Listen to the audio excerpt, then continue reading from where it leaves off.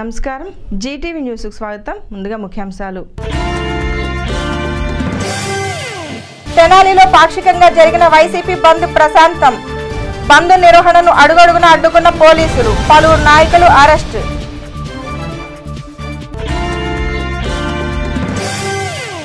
YCP నేత Annabathuni house arrest చేసిన పోలీసులు ప్రజలకు బంద్ ఆటంకం లేకుండా చర్యలు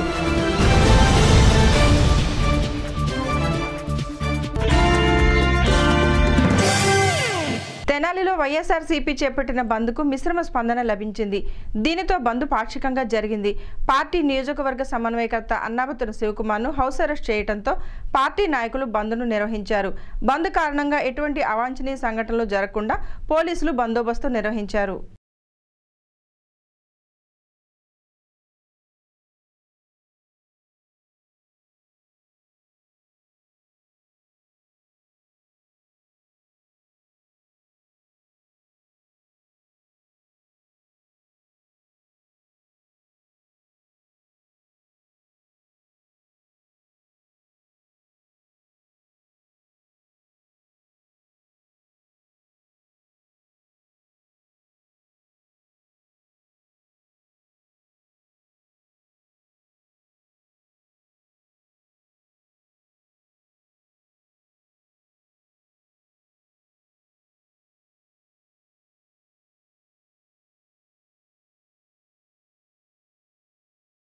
ఆంధ్రప్రదేశ్కు ప్రత్యేక హోదా ఇవ్వాలన్న డిమాండ్తో వైఎస్ఆర్ కాంగ్రెస్ పార్టీ పిలుపునిచ్చిన రాష్ట్ర బంద్ తెనాలిలో పాక్షికంగా జరిగింది. మంగళవారం తెల్లవారుజామునే పార్టీ నాయకులు ఆర్టీసీ బస్టాండ్కు చేరుకుని బస్సులను బయటకు రానియకుండా అడ్డుకున్నారు. డిపో ఎదుట బైఠాయించి బస్సులను నిలిపివేయించారు.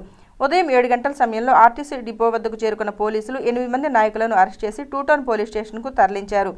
మరోవైపు ఉదయాన్నే ఐతానగర్లోని అన్నాబత్తుని శివకుమార్ నివాసం వద్దకు చేరుకున్న పోలీసులు ఆయనను బయటకు రానియకుండా హౌస్ అరెస్ట్ చేశారు. దీనితో ద్వితీయ శ్రేణి నాయకులు బంద్ను పర్యవేక్షించారు. 2 బృందాలుగా పట్టణంలో పర్యటిస్తూ బంద్ చేపట్టారు. వైసీపీ కార్యకర్తలు మార్కెట్ వంతెన వద్ద ద్విచక్ర వాహనాలపై వెళుతుండగా పోలీసులు అడ్డుకున్నారు. వాహనాల తాళాలు తీసుకుని కార్యకర్తలను నిలువరించారు. దీనితో అక్కడికి చేరుకున్న వైసీపీ కౌన్సిలర్ రామయ్య, అత్తోట చంటి తదితర నాయకులు టూటౌన్ సీఐ కళ్యాణ్దాస్తో మాట్లాడారు. ర్యాలీగా బంద్ నిర్వహించుకోవాలని, ద్విచక్ర వాహనాలకు అనుమతించేది లేదని చెప్పి అక్కడి నుండి పంపించివేశారు. అనంతరం పెద్ద సంఖ్యలో మున్సిపల్ కార్యాలయానికి చేరుకున్న పార్టీ నాయకులు ఉద్యోగులను బలవంతంగా బయటకు పంపించివేశారు. అసిస్టెంట్ కమిషనర్ ఛాంబర్లో ఉన్న చైర్మన్ పెండాల వెంకట్రావు, విజయసారథులను కూడా బయటకు రావాల్సిందిగా సూచించి బంద్కు సహకరించాలని కోరారు. అక్కడి నుండి ప్రదర్శనగా మెయిన్ రోడ్డు మీదుగా ర్యాలీ నిర్వహించి దుకాణాలను మూసివేయించారు. గాంధీ చౌక్లో మానవహారం నిర్వహించి ప్రత్యేక హోదా నినాదాలు చేశారు. కొంతమంది వైసీపీ నాయకులు మార్కెట్ వంతెన వద్ద సమీపంలో ముఖ్యమంత్రి చంద్రబాబు నాయుడు దిష్టిబొమ్మను దగ్ధం చేశారు. బంద్ కారణంగా ప్రధాన మార్గాల్లో హోటళ్లు, దుకాణాలు, సినిమా హాళ్లు మూతపడ్డాయి. ప్రైవేటు పాఠశాలలకు ముందస్తుగానే సెలవు ప్రకటించారు. బంద్ సందర్భంగా ఎటువంటి అవాంఛనీయ సంఘటనలు జరగకుండా డిఎస్పీఎం స్నేహిత నేతృత్వంలో సిఐలు శ్రీనివాసరావు, అశోక్ కుమార్, కళ్యాణ్ రాజ్, ఉమేష్, ఎస్ఐలు లక్ష్మీనారాయణ రెడ్డి, సురేష్ తదితరులు ప్రత్యేక బందోబస్తు చేపట్టారు. ప్రధాన ప్రాంతాల్లో స్పెషల్ పార్టీ పోలీసులతో నిఘా ఉంచారు.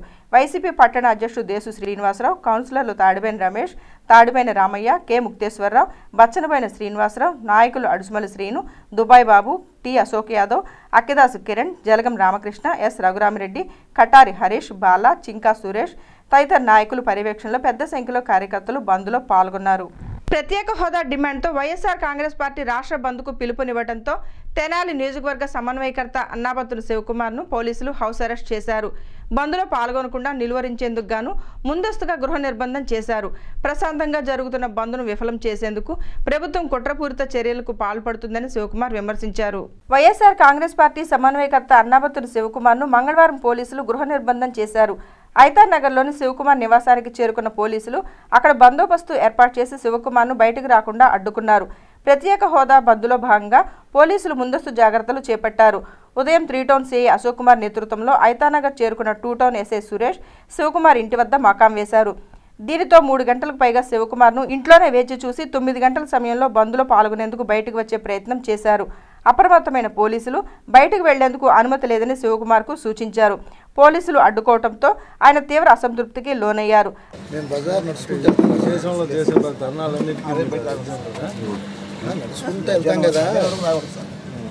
ఇప్పుడు ఏముంది, ఇప్పుడు మామూలుగా ఏమి డిస్టర్బ్ చేయకుండా బజార్ నిలిపోతా ఉంటే మామూలు సాధారణ పౌరుడుగా వెళ్తాం సార్, సాధారణ పౌరుడుగా వెళ్తామండి.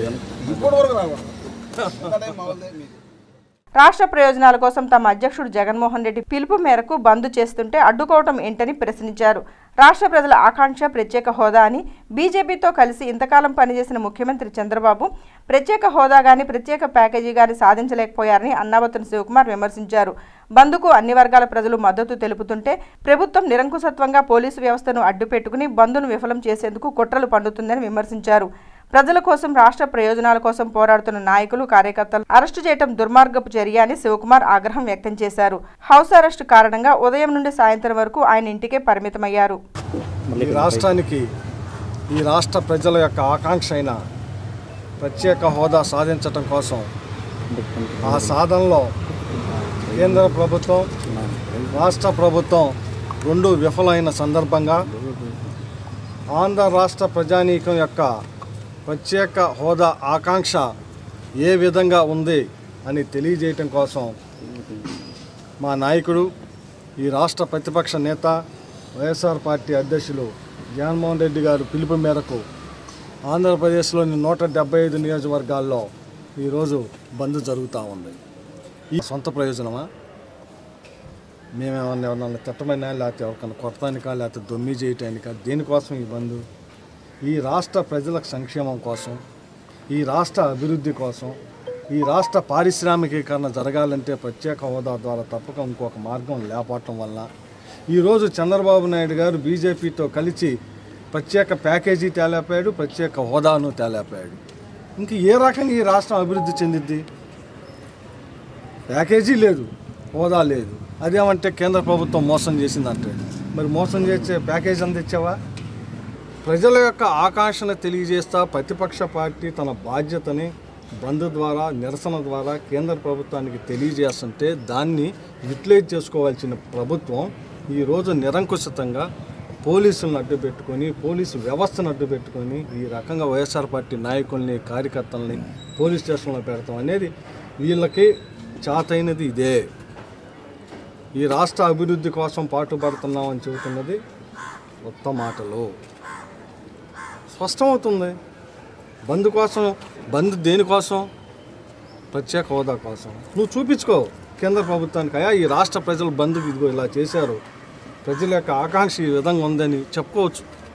దాన్ని మరిచి బంద్ను విఫలం చేసి ఏదో ఆనందం పొందటానికంటే ఇది చాలా దుర్మార్గమైన చర్య. వైఎస్ఆర్ పార్టీ ఖండిస్తుంది. తప్పకుండా రాబోయే రోజుల్లో దీనికి మూల్యం చెల్లించుకుంటుంది తెలుగుదేశం పార్టీ అని చెప్పి సందర్భంగా సమాజాన్ని తన రచనల ద్వారా చైతన్యపరిచిన మహోన్నత వ్యక్తి గుర్రం జాషువా అని గుర్రం జాషువా విజ్ఞాన సమితి అధ్యక్షుడు జె న్యూటన్ పేర్కొన్నారు. గుర్రం జాషువా 47వ వర్ధంతిని ఘనంగా నిర్వహించారు. గుర్రం జాషువా విజ్ఞాన సమితి ఆధ్వర్యంలో ఆర్టీసీ బస్టాండ్ వద్ద మంగళవారం జరిగిన కార్యక్రమంలో పలువురు పాల్గొన్నారు. జాషువా విగ్రహానికి పూలమాలలు వేసి ఘనంగా నివాళి అర్పించారు. గుర్రం జాషువా 47వ వర్ధంతి సందర్భంగా ఏర్పాటు చేసిన కార్యక్రమంలో జె న్యూటన్ మాట్లాడుతూ సమాజ అభ్యున్నతికి జాషువా ఎంతగానో కృషి చేశారని అన్నారు. సామాజిక ప్రయోజనాల కోసం కవిత్వాన్ని ఆయుధంగా చేసుకున్న గొప్ప రచయిత జాషువా అని పేర్కొన్నారు. తన జీవిత కాలంలో ఎన్నో బిరుదులు పురస్కారాలు పొందారని గుర్తు చేశారు. జాషువా గారి మీద అభిమానం, ప్రేమ, సాహిత్యం మీద ఉన్నటువంటి అనేకమైనటువంటి రుక్కుమతుల మీద ఆయన ప్రజలను చైతన్యవంతం చేశారు. కాబట్టి జాషువా గారిని ఇంత విధంగా ప్రజల నాలుకలో ఎందుకు జాషువా గారు ఉన్నారు. రాజు మరణించిన ఒక తార రాలిపోయే, కవి మరణించిన ఒక తార గగనం ఎక్కే, రాజు జీవించు రాతి విగ్రహములందు సుకవి జీవించు ప్రజల నాలుకలు ఏంటంటే ఈరోజు 47వ వర్ధంతి అయినప్పటికీ కూడా జాషువా గారి యొక్క రచనలు కానీ ఆయన యొక్క మాటలను కానీ మన్నం చేసుకుంటున్నారంటే జాషువా గారి యొక్క మా జీవన శైలి ఎంత ఇదిగా ఉంటుందో అర్థం చేసుకోవాలని చెప్పేసి కోరుకుంటూ మరి సాయంత్రం 4 గంటలకు ఎన్జిఓ కళ్యాణ మండపం నందు జాషువా గారి మహాసభ జరుగుతుంది.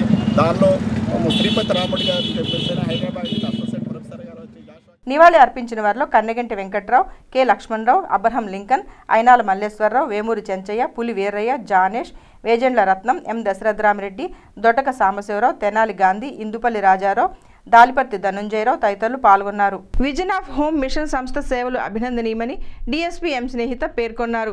సంస్థ ఆధ్వర్యంలో దివ్యాంగునికి 3 చక్రాల బండిని డీఎస్పీ చేతుల మీదుగా అందజేశారు. సంస్థ సభ్యులను డీఎస్పీ ఎం స్నేహితతో పాటు పలువురు పోలీసులు అధికారులు అభినందించారు. టూటౌన్ పోలీస్ స్టేషన్ వద్ద మంగళవారం జరిగిన కార్యక్రమంలో పట్టణానికి చెందిన దివ్యాంగుడు షేక్ మౌలాకు 3 చక్రాల వాహనాన్ని బహుకరించారు.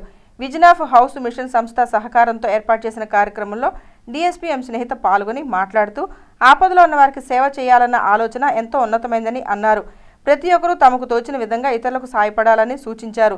ఈ సంస్థ నుంచి ఎవరైతే హ్యాండిక్యాప్డ్ పర్సన్ ఉన్నారో ఎస్కే చిన్మౌలా అని చెప్పి ఆయనకి ఈ 3 వీల్ చైర్ని సైకిల్ని డొనేట్ చేస్తున్నారు. ఇది చాలా మంచి కార్యక్రమం. ఈ 3 వీల్ చైర్ అనేది సైకిల్ అనేది చాలా అవసరమైన పర్సన్కి డొనేట్ చేయడం అనేది మంచి విషయం. సో ఇలాంటి మంచి కార్యక్రమం చేస్తున్న విజన్ ఆఫ్ హోప్ సంస్థ వారిని, సంస్థ అధినేత రవీంద్రబాబు గారిని, వారి సిబ్బంది కూడా. సంస్థ ఫౌండర్ డాక్టర్ ఏ రవీంద్రబాబు మాట్లాడుతూ నిరుపేదలకు అభాగ్యులకు సేవ చేయటమే తమ సంస్థ లక్ష్యమని తెలియజేశారు. ముందు ముందు మరింత విస్తృతపరుస్తామని తెలిపారు. మరి అనేక విభాగాల్లో పనిచేస్తూ ఉన్నది. మరి అంత మాత్రమే కాకుండా మరి ఈ రోజున ఈ యొక్క వీల్ చైర్ ఇవ్వటానికి మరి ఎంతగానో ప్రయాసపడి మరి మమ్మల్ని అందరిని కూడా ఆహ్వానించినందుకు చాలా వందనాలు తెలియజేస్తూ ఉన్నాము. మరి ప్రాముఖ్యంగా అనేక గ్రామాల్లో అనేక పట్టణాల్లో కూడా మరి నిరుపేదలైన వారికి మేము ఈ విధంగా ఈ యొక్క వీల్ చైర్ పంపిణీ చేయటం జరిగింది. కార్యక్రమంలో డీఎస్పీ ఎం స్నేహితులతో పాటు సీఏలు శ్రీనివాసరావు, కళ్యాణ్ దాస్, అశోక్ కుమార్, ఉమేష్ తదితరులు సభ్యులను అభినందించారు. అంబేద్కర్ జాతీయ యువజన సమాఖ్య జాతీయ అధ్యక్షుడు కె కిషోర్ కుమార్, ఏపీ అధ్యక్షులు పిల్లి సతీష్ చంద్ర, ఉపాధ్యక్షుడు ఏ అశోక్ కుమార్, సభ్యులు కె విజయ్ కుమార్ తదితరులు పాల్గొన్నారు. నడిచే రోడ్డే కదా అని కింద చూడకుండా వెళ్తే నడ్డి విరగొట్టుకోవాల్సిందే. గుంటే కదా అని ఆదమర్చి అట్టుగా వెళ్తే ఆసుపత్రి పాలవాల్సిందే. టౌన్లో అతి రద్దీగా ఉండే బోసు రోడ్లో డ్రైనేజీ కోసం తీసిన గుంట పాదచారులకు శాపంగా మారింది. దీనిపై జీటీవీ రిపోర్ట్. ఆ రోడ్లో నిత్యం వందలాది మంది వెళుతూ వస్తూ ఉంటారు. అందరూ తిరిగే ఆ దారిలో మున్సిపల్ ఇంజనీరింగ్ వారి పుణ్యమా అంటూ గొయ్యి తీసి వదిలేశారు. దీంతో ప్రతిరోజు తెలియక కొందరు, చూడక మరికొందరు ఆ గోతులో పడి గాయాల పాలవాల్సిందే. పట్టణంలోని బోసు రోడ్లో గల కళ్యాణ్ షోరూం వద్ద డ్రైనేజీ కోసం తీసిన గుంట పాపం పుణ్యం ఎరుగని ప్రజలకు కంటంగా మారింది. గోతులో పడి ఎందరో ఎముకలు విరక్కొట్టుకున్న సందర్భాలు అనేకం ఉన్నా మున్సిపల్ ఇంజనీరింగ్ మాత్రం మాకేం పని అన్నట్లుగా వ్యవహరిస్తున్నారు. నడి రోడ్డుపై తీసిన గొయ్యి వల్ల అనేక మంది గాయాల పాలవుతున్నారని మున్సిపల్ అధికారులు ఇప్పటికైనా దానిని మూసివేయాలని స్థానికులు కోరుతున్నారు. స్థానిక గాంధీ చౌక్లో అండి కళ్యాణ్ షోరూమ్ ఎదురుగా గుంట పడిందండి. దాదాపు 5-6 నెలలు అవుతుంది. గతంలో water pipe line, drainage line వేసారండి. అది కనీసం పోర్ట్స్లా ఎవరైనా సాయంత్రం అప్పుడు ఏంటంటే దగ్గర లైటింగ్ కూడా లేవు, స్ట్రీట్ లైట్ కూడా లేవు. పొరపాటున కనుక ఏమైనా పడ్డారంటే కాళ్ళు విరిగిపోతాయి. దాని తర్వాత ఏంటంటే బాధ్యులు ఎవరు దానికి? ఒక కుటుంబం వచ్చిన తర్వాత 5-6 నెలలు మంచంలో ఉన్నాడంటే ఆ కుటుంబ పరిస్థితి ఏంటి? తక్షణం ఇటువంటి అంటే మెయిన్ రోడ్లో ఉన్నటువంటి పట్టించుకోకపోతే ఈ సందుల్లో కొందుల్లో పరిస్థితి ఏంటండి? మున్సిపాలిటీ వాళ్ళు ఏంటంటే పనులు చేయడం కాకుండా ఇటువంటి ప్రమాదకరం, అత్యంత ప్రమాదకరం వాటిని గుర్తించి తక్షణ చర్యలు చేపట్టాలండి. కమిషనర్ గారి దృష్టికి తీసుకెళ్తారా? మీ ద్వారా ఈ సమస్యను పరిష్కరిస్తారని చెప్పని ఆశిస్తున్నాం. మానసిక ఒత్తిడిని ఎలా అధిగమించాలి, ఆనందంగా ఎలా జీవించాలనే దానిపై ఆర్ట్ ఆఫ్ లివింగ్ ప్రతినిధి భాస్కర్ బాబు సెమినార్ నిర్వహించారు. బురిపాలెం రోడ్లోని వివేకానంద సెంట్రల్ స్కూల్లో మానసిక ఒత్తిడిని ఎలా ఎదుర్కోవాలి అనే దానిపై ఉపాధ్యాయులకు వివరించారు. ఒక వయసు వచ్చిన తర్వాత బాల్యంలోనే ఆనందంగా ఉన్నామని, ఇప్పుడు బాధ్యత, కష్టం వంటి రుగ్మతలతో తల్లడిల్లుతున్నామనే మానసిక ఒత్తిడితో ఉంటున్నారని భాస్కర్ బాబు చెప్పారు. మనం సంతోషంగా గడపాలంటే ఎలాంటివి పాటించాలి, వాటిని అధిగమించాలన్న దానిపై దృష్టి పెడితే మానసిక ఒత్తిడికి దూరమవుతామని ఆయన తెలిపారు. ఇందుకు సంబంధించి అనేక టిప్స్తో కూడిన వ్యాయామ పద్ధతులను భాస్కర్ బాబు తెలియజేశారు. International art of living foundation founder పూజ్య శ్రీ రవిశంకర్ గురుదేవుల ద్వారా స్థాపించిన ది ఆర్ట్ ఆఫ్ లివింగ్ సంస్థ ద్వారా ఈరోజు వివేకానంద స్కూల్ టీచర్స్ అందరికీ స్ట్రెస్ ఫ్రీ టీచింగ్ సెమినార్ ఏర్పాటు చేయటం అయింది. బేసికలీ ప్రతి ఒక్క వృత్తిలోనూ ప్రతి ఒక్కరికి స్ట్రెస్ అండ్ టెన్షన్ ఉంది. సో దాన్ని అధిగమించటం అన్నది ప్రతి ఒక్కరూ వర్కౌట్ చేసుకోవాల్సి వస్తుంది. దానిలో భాగంగా ఏంటంటే teachers also have a certain types of stress and tension. ఆ స్ట్రెస్ అండ్ టెన్షన్ని రిలీవ్ చేసుకుని దాని నుంచి ఎలా బయటికి రావాలి అన్నది టిప్స్ వాళ్ళకి నేర్పించడం. ఫిజికల్ స్ట్రెస్, మెంటల్ స్ట్రెస్, తర్వాత వాళ్ళ స్టూడెంట్స్ ద్వారా వచ్చే స్ట్రెస్ని ఎలా ఓవర్కమ్ చేయటం, అలాగే వాళ్ళ పియర్ ప్రెషర్ ఉంటుంది, కొలీగ్స్ నుంచి మిగతా సరౌండింగ్ ఎన్వైర్న్మెంట్ నుంచి వచ్చే స్ట్రెస్ మీద వాళ్ళకి ఎలా. వివేక విద్యా సంస్థల చైర్మన్ రావిపాటి వీరనారాయణ మాట్లాడుతూ మనిషి జీవితంలో ఎదురయ్యే పోటీని అధిగమించడానికి మానసిక ఒత్తిడిని పెంచుకోవడం జరుగుతుందని చెప్పారు. సామాజిక పరిస్థితులు, ఆర్థిక ఇబ్బందులు వంటి పలు అంశాలు మనిషిని వేర్వేరు వ్యాపకాలకు దగ్గర చేస్తాయని చెప్పారు. దీనివల్ల సంతోషం, ఆనందం పోయి దుఃఖం వంటి వాటిలో పడిపోయి జీవితాన్ని దుర్లభం చేసుకుంటామని చెబుతూ వీటిని అధిగమించడానికి కొన్ని విషయాల పట్ల అవగాహనను పెంచుకుని దానికి అనుగుణంగా నడుచుకోవాలని వీరనారాయణ అన్నారు. ఈ రోజున స్ట్రెస్ ఫ్రీ అంటే ఒత్తిడిని ఎలా అధిగమించుకోవాలి అనేటువంటి ఒక ఐటెం తీసుకుని దాని గురించినటువంటి వివరాలన్నీ కూడా చెప్తూ ఒత్తిడిని అధిగమించి ఆనందంగా ఎలా మనిషి జీవించాలి అనేటువంటి దాన్ని మరి ఆ పాయింట్ని ఉదాహరణగా తీసుకుని చెప్తూ ఉన్నారు.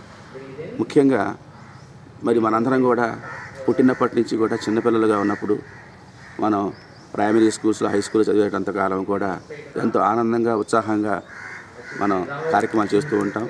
ఇంటి దగ్గర మరి తల్లిదండ్రులతో ఆనందంగా గడుపుతాం, అలాగే స్కూల్స్లో స్నేహితులతో ఆనందంగా గడుపుతాం, మరి గురువులతో కూడా చక్కగా మనం గౌరవిస్తూ మంచిగా విద్యాబుద్ధులు నేర్చుకుంటూ ఉంటాం. ప్రతి విషయాన్ని కూడా మరి సంతోషంగా చేస్తూ ఉంటాం, ఆటలు చక్కగా ఆడుకుంటాం. మరి కుల మత జాతి భేదాలు లేకుండా అందరితో కలిసిమెలిసి చాలా చక్కటి భావనతో, మంచి భావనతో అందరం కూడా మరి జీవితాన్ని గడుపుతూ ఉంటాం.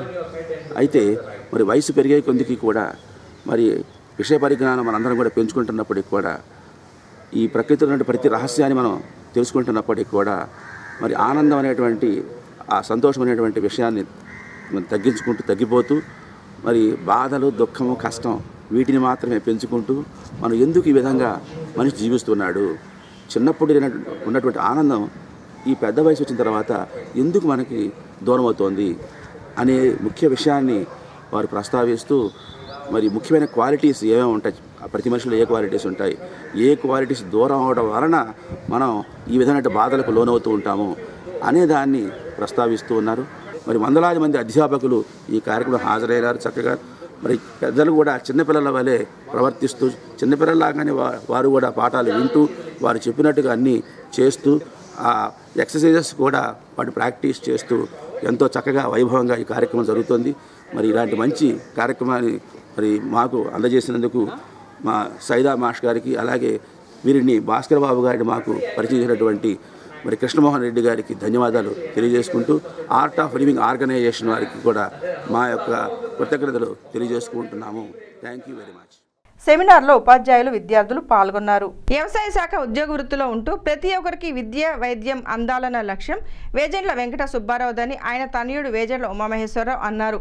ఆయన ఆశయం మేరకు పాఠశాలను నిర్మించి విద్యార్థులకు ఉచిత చదువు, దానికి అవసరమయ్యే వసతులను కల్పించడం జరుగుతుందని ఉమామహేశ్వరరావు తెలిపారు. పట్టణంలోని బీసీ కాలనీలో ఈ ఏడాది ప్రారంభమైన వేజెండ్ల వెంకట సుబ్బారావు మున్సిపల్ ప్రాథమిక పాఠశాలలోని విద్యార్థులకు యూనిఫామ్, పుస్తకాలు, పెన్నులు వేజెండ్ల ఉమామహేశ్వరరావు పంపిణీ చేశారు. తన తండ్రి వెంకట సుబ్బారావు 4వ వర్ధంతిని పురస్కరించుకుని స్కూల్లో జరిగిన కార్యక్రమంలో ఉమామహేశ్వరరావు మాట్లాడుతూ ప్రభుత్వ పాఠశాలలన్నా దానిలో చదివే విద్యార్థుల పట్ల ప్రత్యేక మక్కువతో వేజెండ్ల వెంకట సుబ్బారావు ఉండేవారని చెప్పారు. వ్యవసాయ శాఖలో ఉద్యోగం చేసేటప్పుడు విద్యార్థులకు కావాల్సిన వసతులు కల్పించేవారని చెబుతూ ఉద్యోగ విరమణ తర్వాత కోగంటి శివయ్య హైస్కూల్లో సరస్వతి మందిరం నిర్వహించారని, అలాగే చెంచురామానాయుడు స్కూల్లో మంచినీటి వసతి, బాలుర పాఠశాలలోని విద్యార్థులకు 3 సంవత్సరాల పాటు స్కూల్ యూనిఫామ్ పంపిణీ చేశారని చెప్పారు. ఆయన మరణం తర్వాత విద్యపై ఉన్న అపేక్షను దృష్టిలో ఉంచుకుని బీసీ కాలనీలో 16 లక్షలతో పాఠశాలను నిర్మించి విద్యార్థుల చదువుకు కృషి చేస్తున్నట్లు ఉమామహేశ్వరరావు తెలిపారు. అగ్రికల్చర్ డిపార్ట్మెంట్లో పనిచేస్తూ ప్రభుత్వ పాఠశాలంటే ఆయన చాలా ఇంట్రెస్ట్. ఆయన పనిచేసిన ప్రతి గ్రామంలో కూడా ఆ స్కూల్ ఉపాధ్యాయులతో సత్సంబంధాలు కలిగి ఉండేవారు. నేను ఉపాధ్యాయ వృత్తిలోకి వచ్చిన తర్వాత నేను పనిచేసిన ప్రతి పాఠశాలలోని ఉపాధ్యాయులతో ఆయన సంబంధాలు ఏర్పరచుకున్నారు. కోగంటి శివయ్య హై స్కూల్ ఆయన సొంత డబ్బులతో సరస్వతి మందిరాన్ని కట్టించారు 15 సంవత్సరాల నాడు. తర్వాత 7 సంవత్సరాల నాడు చెంచురామనాయుడు హై స్కూల్లో పిల్లల కోసం మంచినీటి సౌకర్యం, కుళాయిలు ఇవన్నీ ఏర్పాటు చేయడం జరిగింది. వారి మరణానంతరం 2014 జూలై 14న వారి 24 చనిపోయిన రోజున మరి వారి కోసం ఏదైనా చేయాలనే ఆలోచనతో తెనాలి పురపాలక సంఘానికి ఒక అర్జీ పెట్టుకుంటే ఇక్కడ 5 సెంట్ల స్థలాన్ని పురపాలక సంఘం కేటాయించడం జరిగింది. వారి పేరు మీద మరి 16 లక్షలు ఖర్చు పెట్టి ఈ పాఠశాల భవనాన్ని నిర్మించాం. గత సంవత్సరం 40 మంది విద్యార్థులు ఉన్న పాఠశాల ఈ సంవత్సరం మరి 90 మంది విద్యార్థులు పైగా చేరడం జరిగింది. మరి ఈ పాఠశాల ఇంకా విస్తరించి మరి స్థానిక శాసనసభ్యులు ఆలపాటి రాజేంద్ర ప్రసాద్ గారు తెనాలి కౌన్సిల్ ఆమోదంతో మరి 2 గదులు నిర్మించడానికి కూడా అనుమతి పొందడం జరిగింది.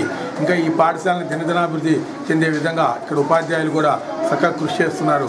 అదేవిధంగా పిల్లలకు కావాల్సిన అన్ని వసతుల్ని కార్యక్రమంలో వేజండ్ల ఝాన్సీ లక్ష్మి, నవ్య, ఉపాధ్యాయులు జి గణేశ్వరరావు, ఈ పుల్లారావు, నాగమణి, జ్యోతి, శిరీషలు పాల్గొన్నారు. వాసవి యూత్ తెనాలి ఆధ్వర్యంలో ఎమ్మెల్యే ఆలపాటి రాజేంద్ర ప్రసాద్ కు నవయువ సత్కారం ఏర్పాటు చేయడం జరిగిందని యూత్ నాయకులు తెలియజేశారు.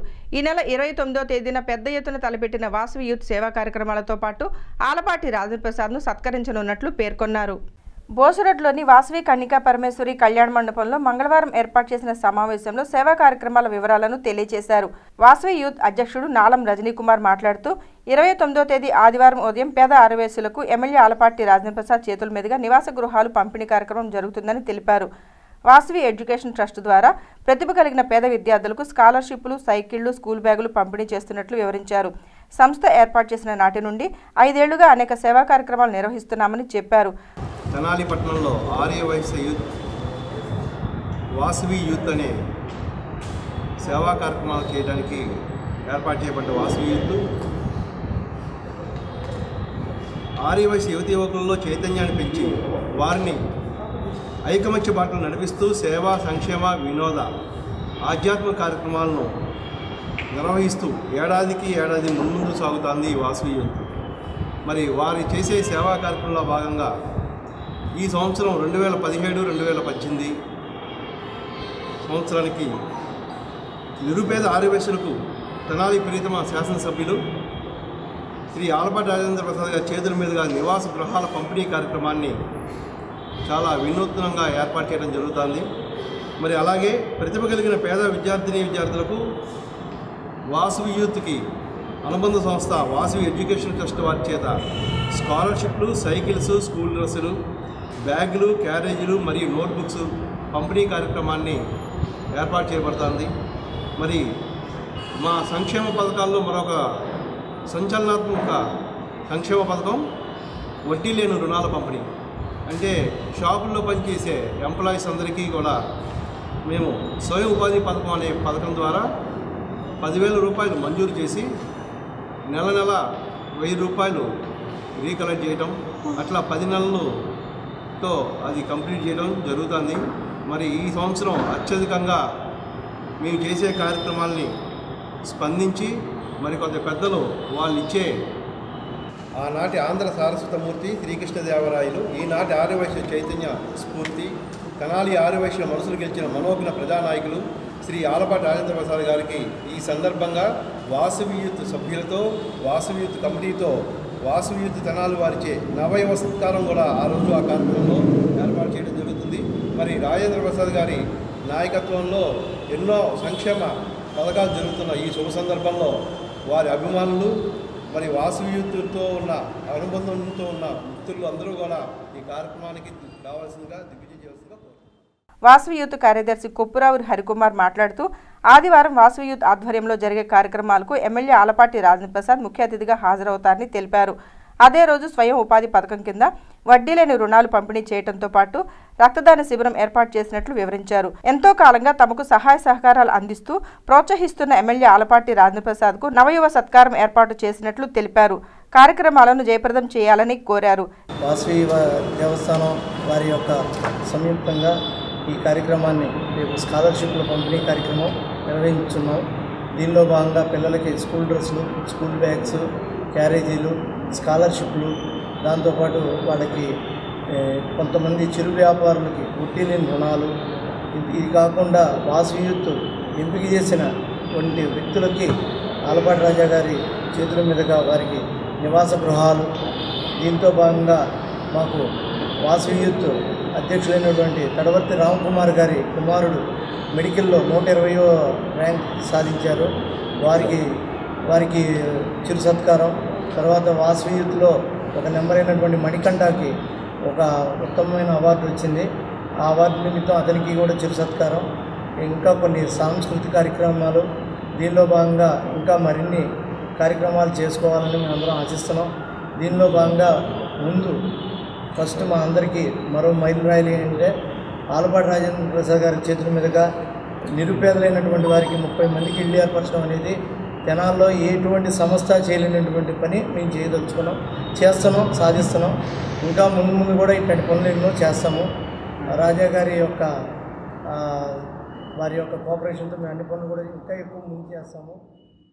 సమావేశంలో సభ్యుడు పెనుగొండ బాబుప్రసాద్, సుగ్గుల మల్లికార్జునరావు, పెరుమాళ రవిప్రసాద్, గుర్రం బాలశ్రీనివాసరావు, కనమర్లపూడి శ్రీనివాస్, చుండూరు కుమార్ తదితరులు పాల్గొన్నారు. వార్తలు ముగించబోయే ముందు ముఖ్యాంశాలు మరొకసారి. తెనాలిలో పాక్షికంగా జరిగిన వైసీపీ బంద్ ప్రశాంతం. బంద్ నిర్వహణను అడుగడుగున అడ్డుకున్న పోలీసులు, పలువురు నాయకులు అరెస్ట్.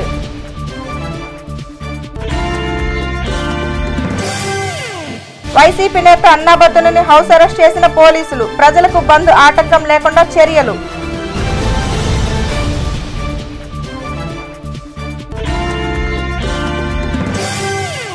ఈ వార్తలు ఇంతటితో సమాప్తం. నమస్కారం.